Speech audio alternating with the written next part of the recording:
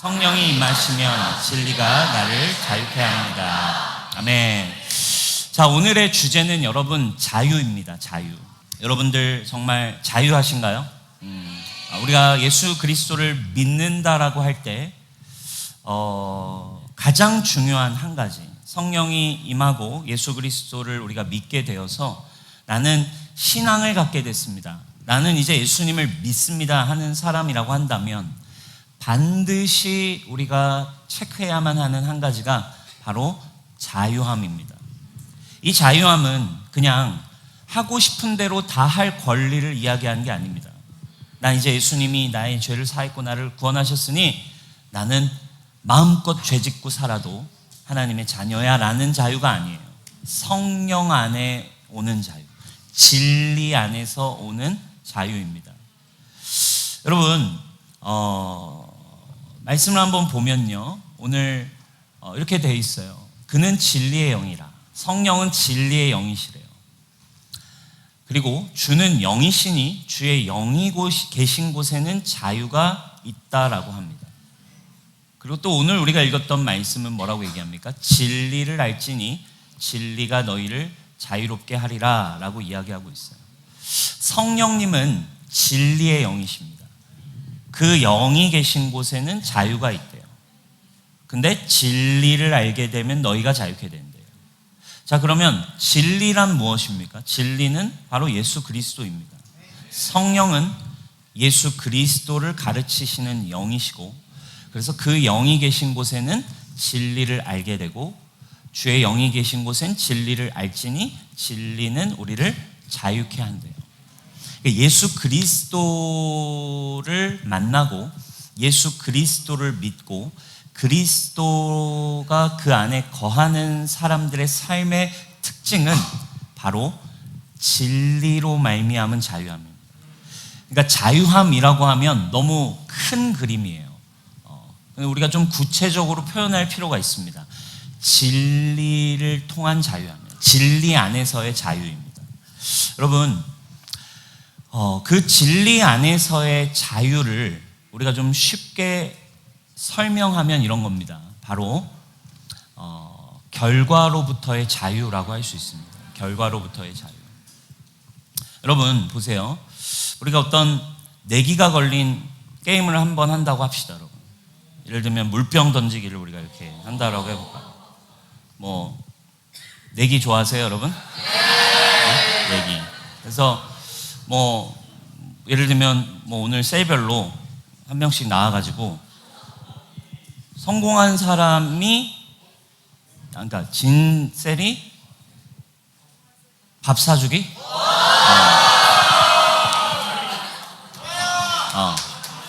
하면 연습을 이제 해야겠죠? 이제 연습을 이제 합니다. 연습을 이제. 그래서 이제 나와서 연습을 하지 않겠어요, 여러분? 네? 연습을 이제 하고 한번 해볼까요? 지면 울 거잖아요, 여러분. 지면 또 이렇게 해가지고 하는데, 만약에 연습할 때 여러분 마음껏 연습을 합니다. 이렇게 연습을 잘 안 되네요, 그죠?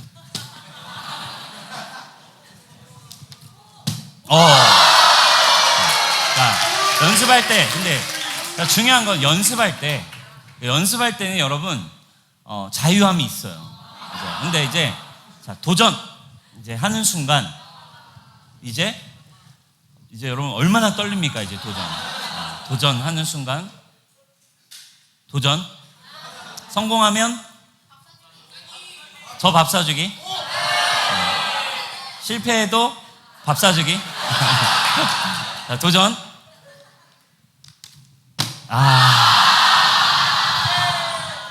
여러분, 이런 게임을 할 때만 해도 여러분 생각해 보세요. 우리가 연습할 때에는 자유함이 있습니다. 근데 도전하는 순간 압박감이 시작돼요. 그 압박이 왜 찾아올까요? 그리고 성공하냐 실패하냐에 따라서 천국과 지옥을 왔다 갔다 합니다. 그것에 걸려있는 결과가 크면 클수록, 그리고 그 결과가 내 삶과 내 인생에 지대한 영향을 끼친다. 여러분, 우리 밥 한 끼에도 막 울고 웃습니다. 그죠? 지금 여러분 이 월드컵 시즌에 우리 홍명보 감독님 지금 얼마나 욕을 먹고 계세요. 왜 이렇게 사람들이 막 비난을 합니까? 그 결과에 따라서 그 예선전에서 실제 월드컵에서의 결과 때문에 사람들이 이거에 막 난린 겁니다. 여러분, 결과에 따라 자유함이 있냐 없냐가 결정됩니다. 결과에 따라서 우리는 묶이기도 하고 우리는 자유하기도 하다 이거예요. 여러분, 성령님이 오셔서 우리를 그리스도, 예수님을 알게 하십니다. 그러면 예수 그리스도를 알게 될 때 우리가 자유함을 얻는데요. 근데 이 자유는 그냥 나 자유에 찬양하는 자유가 아니에요. 감정적으로 괜찮고 주님께 감동하는 정도의 차원을 자유로 알고 있는 사람들이 있습니다. 예배 때 느껴지는 어떤 그런 프리함, 와, 우리 뉴송교회 예배에는 정말 프리함이 있네. 청년들이 그냥 막 마음껏 뛰며 찬양하는 이게 자유함이 아니에요. 이건 아주 그냥 손톱의 때만큼의 모양인 거예요. 당연히 그런 모양이 나오는 건 현상인 거지 실체는 다른 데 있다 이거예요. 그리스도가 우리를 자유케 하셨다라고 하는 거는 이 세상에 찾아와 있는 모든 기준, 모든 결과들로부터 나는 이제 완벽하게 초연해지고 자유해집니다. 무엇에 따라서? 진리 때문에. 할렐루야. 예수 그리스도 때문에 저와 여러분들의 내면이 더 이상 세상이 정해놓은 모든 결과와 모든 정체성과 모든 가치로부터 나는 더 이상 거기에 묶이거나 해당되거나 거기에 따라서 나의 정체성, 나의 존재 여부가 판단되지 않기 때문에 저와 여러분들이 참된 자유를 누릴 수 있는 것입니다. 왜? 나는 세상 기준의 통치에 살지 않고 세상의 정의에 따라 내 인생이 결정되는 것이 아니라 나는 진리의 통치를 받고 있기 때문에. 할렐루야. 이게 믿음인 줄 믿으시기 바랍니다. 이제 나를 이끌어가는 가치는, 나를 이끌어가는 삶은 바로 진리, 그리스도이기 때문에 영향받지 않는 삶, 빼앗기지 않는 평안, 언제나 기뻐할 수 있는 믿음이 저와 여러분들에게 있기를 주님의 이름으로 축복합니다. 그래서 이거는 조금 달라요. 세상에서는 알 수가 없고 이해할 수가 없는 겁니다. 그는 진리의 영이시래요. 진리를 알게 하고 진리로 우리를 자유케 합니다. 그래서 복음을 만난 사람은 세상은 진리의 영을 모르기 때문에 우리를 보고 미친놈이라고 얘기할 수도 있는 것 같아요. 넌 정말 다른 생각을 가지고 사는구나. 넌 참 그냥 편하게 보인다. 넌 참 편하다. 어떻게 그러냐라고 생각하지만 참된 자유이기 때문에. 세상 사람들은 진리의 영을 볼 수도 만날 수도 성령이 없기 때문에 예수 그리스도의 진리를 받아들일 수 없습니다. 그러나 성령이 임한 사람들에게는 성령이 진리를 알게 하셔서 저와 여러분들이 더 이상 묶임이 없는 자유한 삶을 살 수 있음을 여러분 오늘 점검하시고 누릴 수 있기를 축원합니다. 사랑하는 여러분, 여러분들의 내면을 묶고 있는 게 도대체 무엇입니까? 여러분들의 마음이 묶이게 만들고 있는 게 도대체 무엇입니까? 하나님의 자녀인데 왜 묶여 있습니까? 하나님의 자녀인데 왜 사역에 묶여 있습니까? 하나님의 자녀인데 왜 관계에 묶여 있습니까? 하나님의 자녀인데 왜 눈에 보이는 결과값에 여러분들이 묶여 있습니까? 사랑하는 여러분, 성령이 임하시면 진리가 우리를 자유케 합니다. 상황과 환경에 관계없이 우리 개항 뉴송교회 성도 여러분, 자유함을 선택하고 누릴 수 있는 여러분 되기를 축원합니다. 이게 특권이라 이 말이에요. 특권. 어떤 자유를 누려야 되고 오늘 크게 두 가지를 나누기 원합니다. 첫 번째 바로 죄의 결과로부터의 자유입니다. 죄의 결과로부터의 자유. 죄의 결과는 성경이 이렇게 정의합니다. 뭐라고 정의합니까? 바로 사망, 죽음이다라고 정의합니다. 하나님께서 세상을 향한 계획이 있으셨어요. 인간을 창조하고 자, 이제 아담과 하와를 통해 자, 하나님의 나라 우리 함께 시작해보자 해가지고 아담과 하와와 함께 자, 이제 하나님의 나라 반드시 세워질 거야. 하나님의 나라는 바로 한 번에 세워질 것이야. 통치하고 번성하고 이 땅을 정복해라 해가지고 아담을 지으시고 하나님의 나라를 세우려고 했는데 바로 실패했어. 이렇게 딱 세워질 줄 알았는데 아담과 하와가 바로 실패했어요. 아담과 하와가 하나님의 뜻을 가지고 하나님의 목적을 가지고 하나님의 나라를 꿈꿨는데 죄를 지었습니다. 뱀의 출현으로 말미암아 사탄으로 말미암아 넘어졌어요. 그래서 어떤 일이 찾아왔습니까? 죽음이 찾아왔습니다. 이 결과값이 실패로 말미암아 죽음이 찾아왔어요.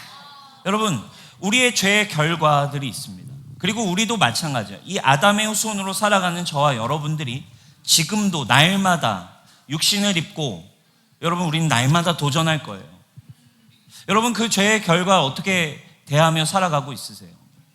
첫 번째, 아담이 죄로 인해서 무너졌습니다.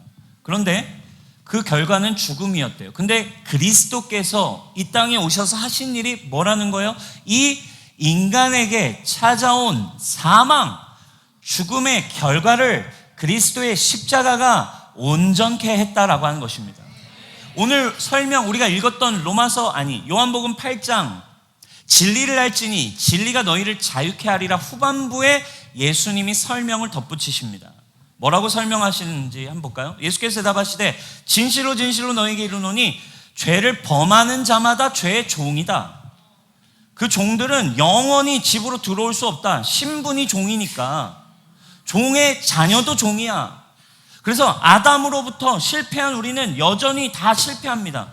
계속 실패하는 종으로 살아. 우리는 죄를 이길 수가 없어. 죄에 대해서 맨날 그 사망의 결과값을 가지고 사는 것이 종된 자들의 신분이었어요. 죄의 결과가 저와 여러분들의 운명이었습니다. 그런데 어떻게 산대요? 종들은 그 집에 와서 누릴 수가 없는데 아들은 그 아버지의 집에 영원히 거한대요. 그러므로 아들이 너희를 자유롭게 하면 너희도 참으로 자유케 되리라. 할렐루야. 이것이 예수님의 선언이었어요. 아들이 와서 너희를 자유케 하면 너희는 참으로 자유케 되리라. 바로 그리스도를 하나님께서 이 땅에 보내셨고 십자가에 달려 희생시키시고 그리고 저와 여러분들의 죄로 말미암아 찾아온 죄의 결과를 여러분 그리스도께서 가져가신 줄 믿으시기를 바랍니다. 그래서 죄로 인해서 나의 존재는 그리스도 안에서 죄의 결과를 나는 해당받지 않음을 날마다 깨닫게 하시는 분, 죄의 결과로부터 나는 자유함을 날마다 고백하게 하는 분이 바로 성령님이다 이 말이에요. 자, 그럼 우리의 삶으로 돌아와 봅시다. 우리의 삶에도 지금 육신을 가지고 있어요. 아담의 후손입니다. 육신은 아담으로부터 물려받은 우리의 존재예요. 육신을 가진 우리는 지금도 날마다 도전하지만 안 됩니다, 여러분. 날마다 진짜 가끔 저 성공할 때 있습니다. 가끔씩 말씀대로 삽니다, 여러분. 그런데 또 다음날 또 성령 충만하면 말씀대로 살다가 또 다음날에도 또 실패하고 또 실패합니다. 여러분 이렇게 매일매일 실패할 때 여러분 어떻게 살고 계세요? 날마다 도전하고 하나님의 자녀로 살고 싶지만 여전히 아담의 후손 육신으로 말미암은 저와 여러분은 매일 실패하고 있어요. 이때 이 결과에 대해서 여러분 어떻게 받아들이고 계시냐고요.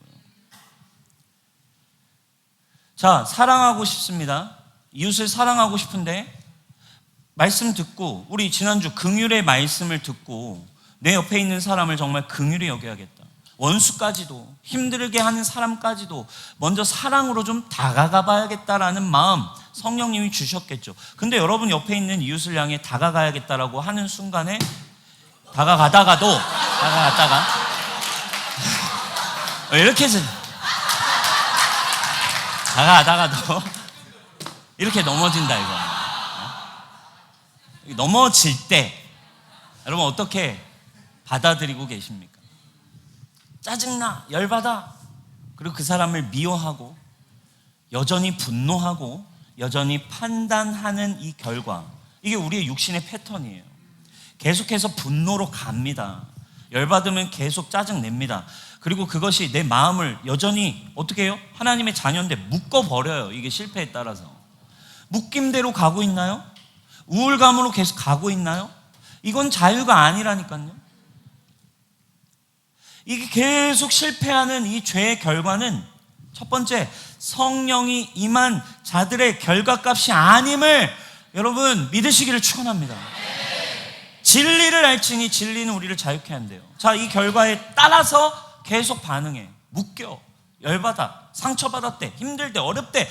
계속 이렇게 사는 게 하나님의 자녀의 모습이 아니라고 복음은 우리에게 설명해주고 있다고. 이 결과값 앞에 누가 오십니까? 새로운 성령께서 우리에게 오셔서 진리를 선포하시기 시작합니다. 날마다 실패하는 너, 그리고 이걸 우리는 마주합니다. 이게 실제예요. 매일 넘어지고 매일 여러분 분노하고 미움을 표출하고 그렇게 살고 있는 이 결과값 앞에 성령님이 하시는 일이 있대요. 뭘 하신대요? 그는 진리의 영이시라.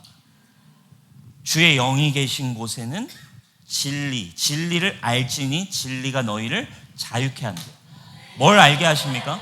그리스도를 알게 하셔서 보게 하세요. 야, 이게 뭐야 지금? 지금 이거 뭐야? 너 왜 지금 분노하고 있어? 너 왜 지금 여기서 이 오늘 실패한 것 가지고 너 왜 이렇게 지금 우울해하고 있어? 너 왜 이 관계 안에서 왜 계속 그 우울감을 가지고 계속 살아가니? 왜 그 상처 입은 마음을 계속 유지하고 싶어 해? 왜 계속 슬픈 노래만 쳐듣고 있어? 왜 굳이 네 마음의 이 생각과 감정을 이렇게 끌고 가지고 왜 들어가? 왜 그렇게 들어가니를 보게 하세요. 누구 때문에? 그리스도를 주님이 가르쳐 주심으로 말미암아 진리를 알게 되면 진리가 무엇을 이야기해서, 야, 그리스도께서 이미 모든 것을 새롭게 하셨잖아. 그리스도가 왜 죽었는데? 십자가를 봐. 십자가를 보라고. 십자가를 보라고. 십자가에 달려있는 게 누구냐고. 예수님이 너의 모든 죄를 가지고 돌아가셨어. 그리고 예수님만 달려 계신 게 아니라 죄인인 너도 함께 거기에 달려 예수님 죽으실 때 함께 죽은 거잖아. 할렐루야. 진리를 가르쳐 주세요. 그러면 어떻게 됩니까? 이 결과에 대해서, 우울함의 결과, 여전히 계속 분노하고 있는 이 결과에 대해서, 아, 그렇군요, 성령님. 여전히 나는 육신으로는 아담의 후손이라서 계속 육신의 유혹과 연약함과 쓴뿌리와 죄의 영향을 받아 매일 내 힘으로 도전하다가 넘어지지만 왜 이렇게 잘 돼 이거? 이렇게 넘어지지만 주님, 그리스도께서 저를 새롭게 하셨음을 믿습니다. 그리스도 안에 저는 새롭게 세워진 존재입니다. 진리를 알지니 진리가 너희를 자유케 하리라. 할렐루야. 이걸 여러분 날마다 누리냐고요. 근데 우리는 어떻게 생각합니까? 이걸로, 자, 도전한 걸로 이것이 온전히 세워져야 새로운 존재라고 믿으려고 해요. 이건 완벽한 사단의 정죄입니다. 봐, 너 이렇게 넘어졌잖아. 이렇게 살지 못하는데 네가 어떻게 하나님의 자녀야? 아니에요, 여러분. 그렇지 않습니다. 그러면 자꾸 뭘 선택합니까? 자꾸 이걸로 몸뚱아리로 내 힘과 의지로 도전하고 살아보려고 해요. 이거 우리 히브리서 배웠잖아요. 죽은 행실입니다. 힘들어져요. 넘어졌어요. 많은 사람들이 진리로 자유케 됨을 못 누리고 성령이 와서 진리를 알게 하셔서 진리로 자유함을 누리지 않고 넘어진 이 순간 뭘 발동합니까? 의지를 발동합니다. 그리고 종교심을 발동합니다. 주님의 마음은 있어요. 성령님을 초청해서 진리로 인도함을 받는 게 아니라 자신의 힘을 사용합니다. 그래서 뭘 생각해요? 좀 더 기도해야겠다. 기도가 나쁜 게 아니라 반드시 우리 성령 시리즈에서 기도를 다룰 거지만 기도를 하면 우리 히브리서 시리즈 배웠죠? 기도를 하고 나면 넘어졌는데 기도를 하고 1시간 정도 했더니 괜찮아진 느낌. 이거는 완전 죽은 행실이에요. 악한 양심입니다. 이거는 나아진 게 아니에요. 괜찮아진 느낌이에요. 나의 죽은 행실에 불과하다고요. 구약의 제사와 별반 다를 바 없었습니다. 자, 구약의 제사를 생각해 봅시다. 사람들이 죄 짓고 와서 넘어진 상태로 와가지고 제사를 드렸어요. 양을 죽입니다. 그리고 제사를 지내서 전가해서 속죄를 받습니다. 그리고 감사합니다. 이제 괜찮아졌네요 하고서 돌아서는 순간 또다시 무너졌습니다. 어떻게 해야 되지? 다시. 괜찮아졌네? 가서는 또 다시. 히브리서가 그래서 얘기하는 거 아닙니까? 짐승의 제사로는 우리가 완벽하게 깨끗해질 수가 없습니다. 깨끗게 할 수 있는 건 오직 영단번 대제사장이신 영원한 속죄 제물이 되신 예수 그리스도 메시아, 그분의 어린 양의 피만으로 가능합니다. 그리고 그것을 믿는 믿음으로 우리는 자유케 되는 것입니다. 여러분들이 자유케 되는 방법이 뭐냐고요? 지금 자꾸 죽은 행실로 하고 죽은 행실로 하다가 그럼 결국 어떻게 합니까? 괜찮은 척을 해야 됩니다. 교회 안에 자유함이 없는 가장 특징, 자유한 척. 자유한 척.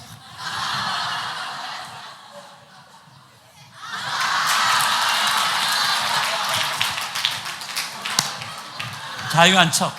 예배 드릴 때 막 자유한 척 하지만 돌아가서는 마음이 막 옹졸하고 한 사람도 사랑도 못하고. 이게 크리스천들의 현실 아닙니까? 여러분 자유함이 있습니까? 정말 그리스도 안에 진리의 영이 오셔서, 사랑하는 여러분, 모든 죄의 결과는 그리스도가 지셨습니다. 그리스도가 가져가셨습니다. 그리고 진리의 영이 오시면 나는 새로운 존재임을 보게 하신다 이거예요.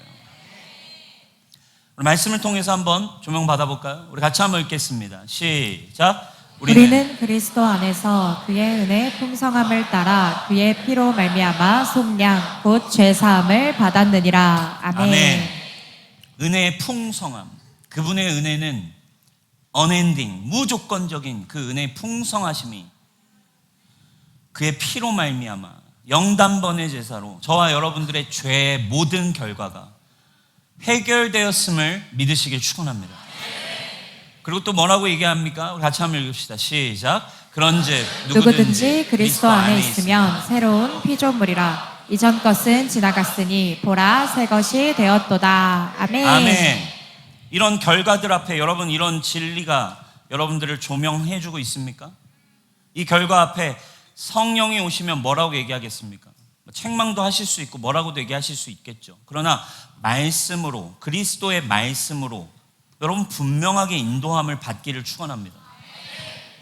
넘어진 순간 고린도후서 5장 17절을 만약 성령님이 떠올려 주신다면 어떤 고백이 시작되겠습니까? 그런지 그리스도 안에 있는 자들에게는 모든 새로운 피조물이라. 이전 것은 지나갔으니 보라 새 것이 되었도다 라는 것을 믿는 순간, 그렇습니다. 주님, 제가 저를 보지 않고 그리스도가 이루신 일을 바라보겠습니다.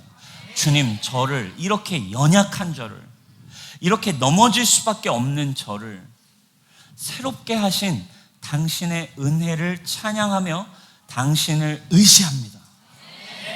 이 진리의 인도함을 받는 건요, 방종이 될 수가 없습니다, 여러분. 이거 죄를 보면서, 그리스도 보면서 예수님, 그래, 죄 마음껏 선택할게, 이건 방종이에요. 알면서 그냥 내가 알아서 계속해서 의도적으로 같은 죄를 의도적으로 반복하는 방종을 얘기하는 게 자유가 아닙니다. 그분이 주시는 자유는 죄의 묶임으로부터, 정죄로부터, 하나님의 자녀됨 은혜를 누리지 못함으로부터 주님의 은혜를 분명히 고백하게 하는 것이 진리가 주시는 자유임을 믿으시기 바랍니다. 진리를 고백하며 은혜를 감사로 끝내는 사람. 여러분, 우리 교회에서는 늘 가르치죠. 가장 그래서 은혜로운 가장 성경적인 복음적인 회개는 반드시 감사로 끝나는 게 회개입니다. 왜? 나의 죄를 봅니다. 내 죄의 결과를 날마다 마주합니다. 날마다 연약한, 또 때로는 어떤 부분은 아무리 내 힘으로 노력해도 되지도 않는 쓴뿌리의 지점도 발견합니다. 죄를 본다고요. 안 보는 게 아니에요. 직면합니다. 그러나 그리스도를 바라볼 때 그분이 내게 행하신 일로 말미암아 주님, 저를 이렇게 연약한데도 불구하고 풍성한 은혜로 나를 속량하시고 나를 새롭게 하시고 나를 자녀 삼으시고 나를 흠없다 하시고 나를 지금도 자녀라 하시며 나를 사랑한다 말씀하시는 주님의 은혜를 어찌 찬양하지 않겠습니까? 주님 없이는 저는 살 수 없습니다. 주님과 같은 분은 없습니다. 예수님의 은혜를 송축합니다. 어린 양을 높여드립니다. 찬양이 여러분 날마다 끊임없게 여러분들의 삶이 시작되기를 주님의 이름으로 축복합니다. 더 이상 죄와 사망이 나를 건들 수 없는 존재임을 고백하십시오. 넘어지는 그 순간에 그리스도 안에 있는 자에겐 결코 정죄함이 없음. 할렐루야. 그리스도 안에 새로운 피조물이 된 믿음을 가지고 사랑하는 여러분 살아가기를 주님의 이름으로 축복합니다. 그래서 우리가 죄를 보게 될 때 어떤 일이 일어납니까? 진리의 선포는 두 가지예요. 죄의 값을 이미 지불하셨다. 그리고 죄인인 너도 이미 함께 죽었다라는 것을 진리가 우리에게 조명하는 것입니다. 진리는 우리를 딱 이 두 가지로 죄에 대하여 안내합니다. 정죄로 인도함 받지 마세요. 우울함으로 인도함 받지 마세요. 쓸데없는 꼬리에 꼬리를 무는 묵상으로 안내함 받지 마세요. 어차피 안 되는 겁니다. 진리만이 우리를 자유케 할 수 있습니다. 그리스도의 십자가만이 우리를 온전케 할 수 있는 거예요. 아멘. 그래서 그 죄를 주님께 가져가는 거예요. 죄를 주님께 없군요. 넘어가겠습니다. 두 번째, 그렇다면 이제 어떤 일이 우리에게 시작될까요? 세상적 기준의 결과로부터 자유함이 시작돼야 됩니다. 죄의 결과로부터 자유함이 진리가 우리를 인도하신다면 이제 자 보세요. 여기까지 우리가 왔습니다. 죄의 결과, 날마다 마주하는 나의 육신의 한계의 결과값으로부터 진리가 우리를 자유케 합니다. 넌 새로운 존재야. 너는 그리스도의 피값으로 세워진 교회야. 너는 거룩하고 흠없는 자녀야. 라고 할 때 이제 역으로 시선이 바뀌어야 됩니다. 여전히 내가 힘들어했던 죄의 결과, 이 결과들이 다 어디서부터 왔을까요? 다 세상의 기준, 육신의 정욕, 안목의 정욕, 이생의 자랑, 이 모든 것은 아버지께로부터 온 것이 아니라 세상으로부터 온 것이니 라고 이야기합니다. 세상으로부터 와 있는 우리의 육신의 모든 기준에 대해서 반드시 자유해지는 것까지가 진짜 자유입니다. 오늘날 많은 사람들이 하나님의 자녀가 됐지만 여전히 어디로부터 자유함이 없습니까? 높고 낮음, 옳고 그름, 많고 적음, 세상적 가치, 세상의 수많은 외적인 기준, 많고 적음의 기준, 돈의 기준, 성공의 기준, 사역을 하면서도 심지어 더 많네, 적네, 사역이 잘 되네, 안 되네, 저 사람이 더 기름 부음이 있네, 없네, 수많은 비교. 여러분, 하나님의 나라는 이런 게 없거든요. 하나님의 나라는 오직 뭐예요? 진리만 있어요. 진리이신 그리스도만이 계신 나라입니다. 하나님의 통치만이 있는 거예요. 그래서 그걸 의라고 부릅니다. 의, 올바름, righteousness. 옳고 그름이 없어요. 그분만이 의라고 선언하신 것입니다. 그리스도 안에 모든 것이 하나가 되게 하셨어요. 인간은 여러분 처음에 죄의 결과로 말미암아 넘어진 순간 선악과를 따먹으면서 어떤 일이 일어났어요? 선악을 알게 되는 열매를 맺었습니다. 그래서 지금 이 세상엔 70억 명의 하나님이 살고 있죠. 왜? 내가 왕이야, 내가 하나님 될 거야를 믿고 먹었어요. 그리고 그 순간 70억 명의 하나님이 생겨서 70억 명의 선과 악을 기준으로 살고 있습니다. 세상에부터 무슨 수많은 여러 가지의 기준들, 옳고 그름의 기준들. 그런 생각해 보세요. 이 마을에서 올바른 게 저 마을에서는 올바르지 않을 수 있는 거예요. 이 마을에선 인사가 딱인데 저쪽에선 인사 딱이 했다가 이제 싸움이 나버릴 수 있는 거죠. 그런 거 아니겠습니까? 왜? 각자마다, 사람마다, 동네마다, 가정마다, 공동체마다 옳고 그름의 기준이 다른 거예요. 이게 지금 인류의 싸움 아닙니까? 좌냐 우냐, 뭐가 옳냐 그르냐, 어떻게 정의를 정할 것이냐, 정의란 무엇인가, 의, 올바름의 기준이 무엇인가. 이거 여러분 어떻게 하나 됩니까? 어떻게 자유해집니까? 여기서 어떻게 자유해지냐고요? 좌와 우에서 어떻게 자유해집니까? 좌로 가야 크리스찬입니까? 우로 가야 크리스찬입니까? 그쪽으로만 해야, 어느 곳으로만 지지해야, 어떤 기준으로 가야만. 여러분 착각하지 마십시오. 사랑하는 여러분, 진리 안에서 여러분 자유해지는 은혜가 있기를 축원합니다. 말씀 중심으로 여러분 살아갈 수 있기를 축원합니다. 하나님의 나라엔 좌도 있고 우도 있고, 하나님의 나라엔 높음도 있고 낮음도 있고, 그러나 그 모든 것은 그리스도 안에서 통일되었고 그리스도만이 의가 되어 주셨다 이거예요. 옳고 그름의 문제, 여러분 어떻게 우리가 얘기합니까? 그래서 그분이 오셔서 우리는 하나님의 기준에선, 그래서 이미 다 어떻게 된 거예요? 하나님의 기준에서는 이미 니네가 70억 명이 다 니들끼리 옳네 그르네 말하고 있는 게 하나님 눈에는 이미 틀린 거잖아. 애초에 이거 나는 원하지도 않았는데, 선악과를 먹지 말라 했는데 먹어서 니들끼리 맞네 틀리네 이 짓을 하고 있는 건데, 나랑 같이 사는 게 하나님 기준의 의였는데, 올바름이었는데, 야 내가 처음부터 나랑 같이 살자 이게 기준이었는데 아담이 잃어버려가지고 니들끼리 지금 싸우고 있는 거 아니야. 나에게로 와, 나와 함께 해. 이것이 하나님의 올바름이었어요. 그래서 하나님은 가장 올바른 의가 되어주실 예수 그리스도를 보내시고 인류의 모든 죄에 대한 값을 올바르게 그분이 지불하시고, 그분이 심판도 받으시고, 가장 정의로운 재판관인 하나님의 심판과 진노를 예수님이 받아주심으로 그분이 모든 의를 이루어 주신 줄 믿습니다. 그러므로 우리는 더 이상 옳고 그름을 이야기하지 않아요. 오직 우리의 입에선 그리스도가 나올 뿐입니다. 우리의 삶에선 그리스도가 나올 뿐입니다. 그래서 여러분 생각해 보세요. 예수님이 전하신 하나님의 나라의 기준을 한번 얘기해 보자고요. 원수를 사랑하래요.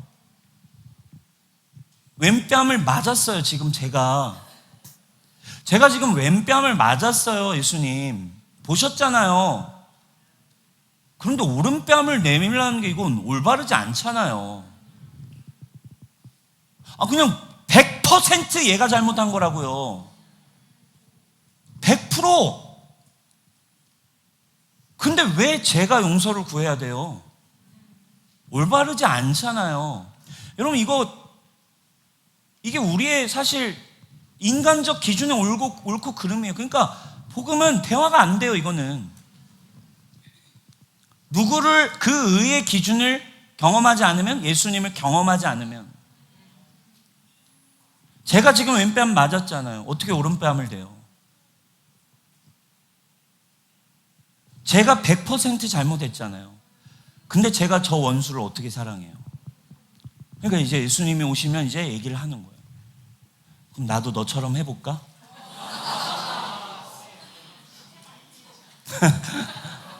나도 너처럼 똑같이 할까? 일단 100대만 맞고 시작할래?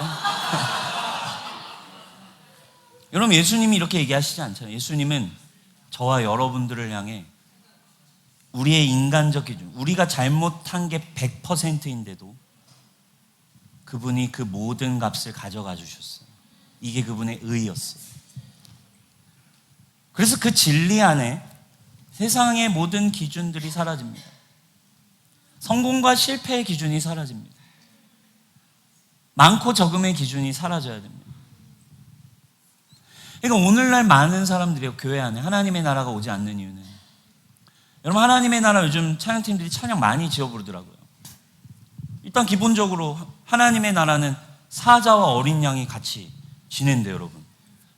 여러분 이 세상적 기준에서 사자와 어린 양이 같이 지내는 그림을 한번 떠올려 보세요. 사자가 하면서 어린 양을 같이 놀아, 잡기 장난해.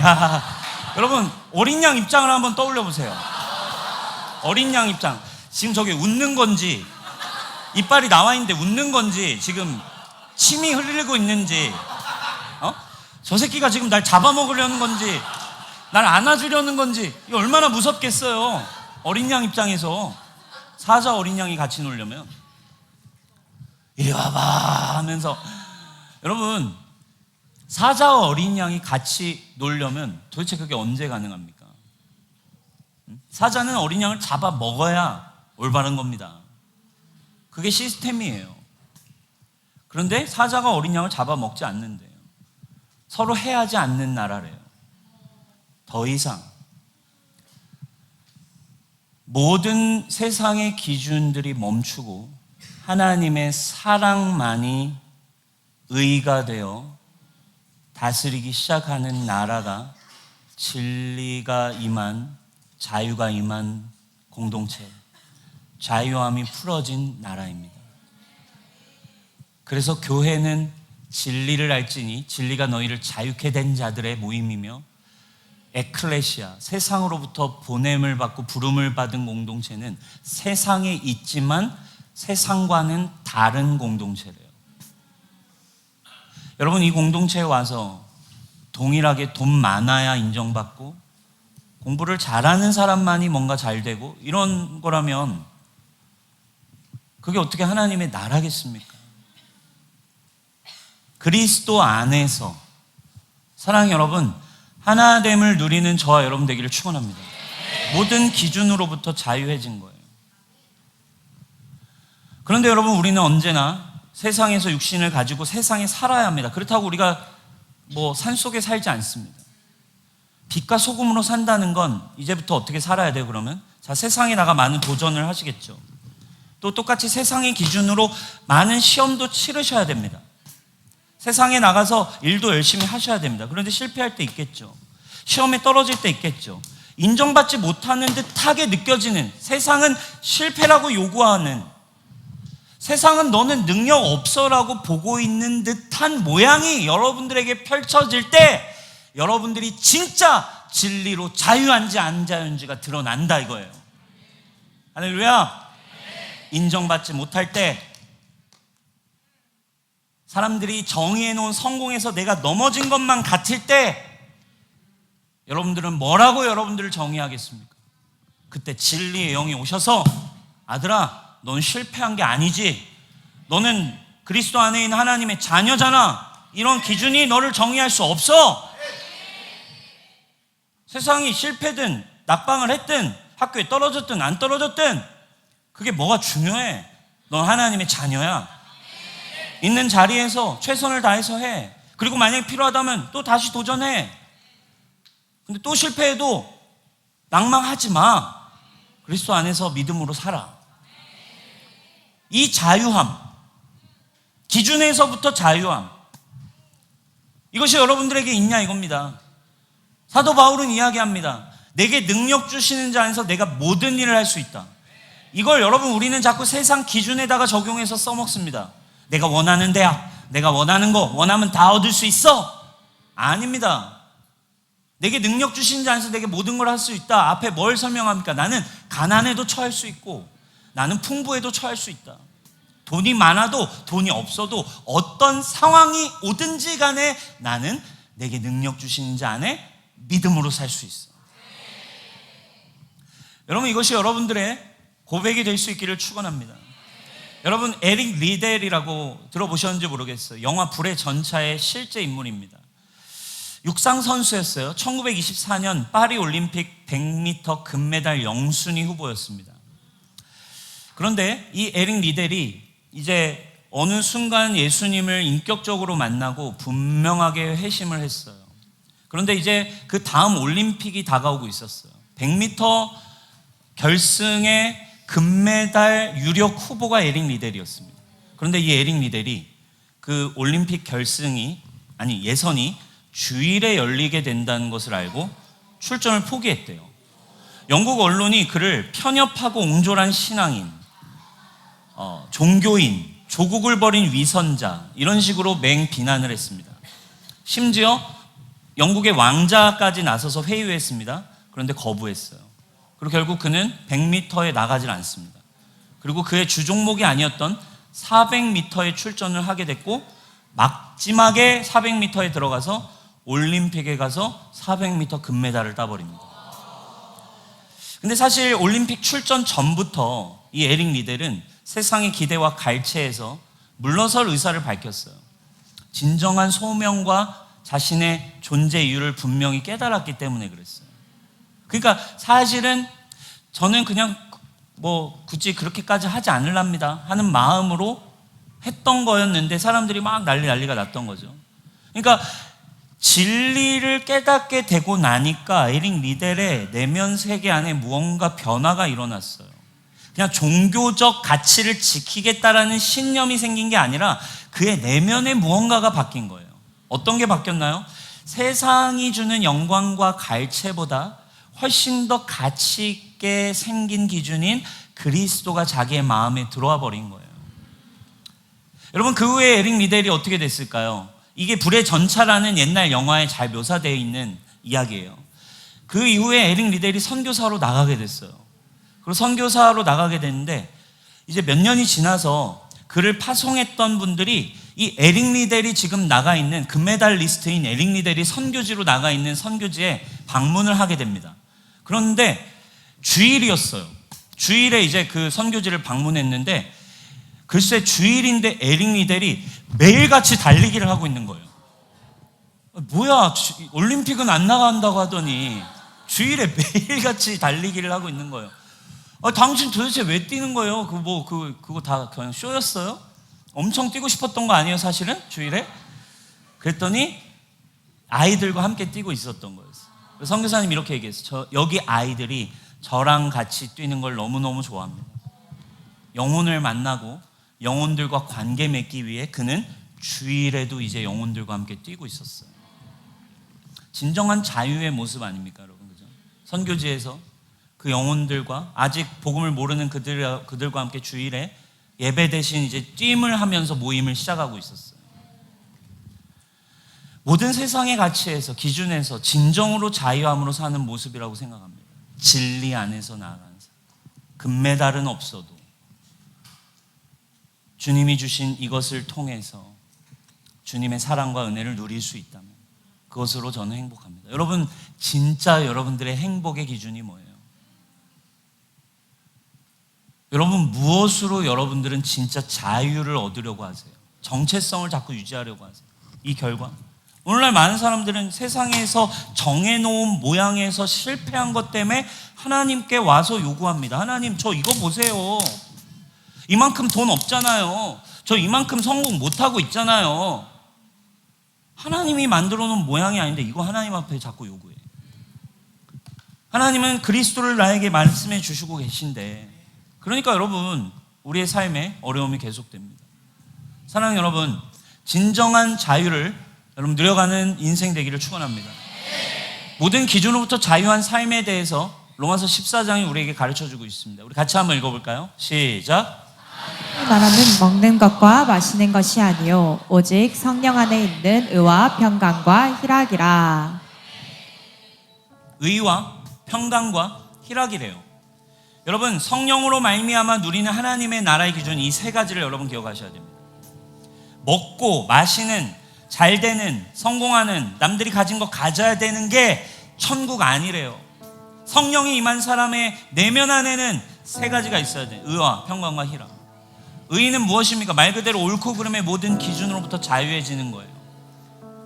그리스도가 나를 의롭게 하셨으니 나도 모든 사람을 판단하지 않고 존귀하고 그리스도 안에 의롭다라고 바라볼 수 있는 마음, 거기에 용서도 있고 사랑도 있고 긍휼도 있고 하나됨의 마음도 생깁니다. 일단 어떠한 상황과 환경 속에서도 나는 그리스도 안에서 정죄함이 없는 존재입니다. 나는 그리스도의 의입니다.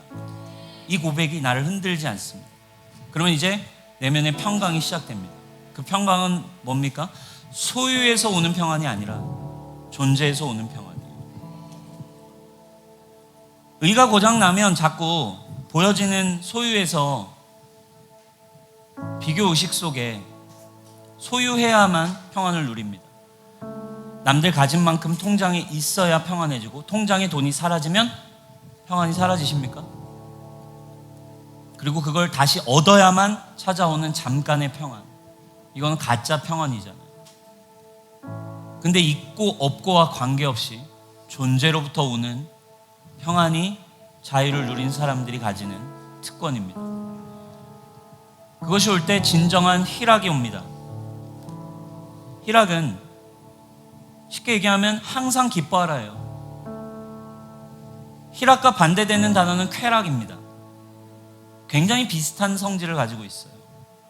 앞에 이야기한 의와 평강이 고장나기 시작할 때 보세요.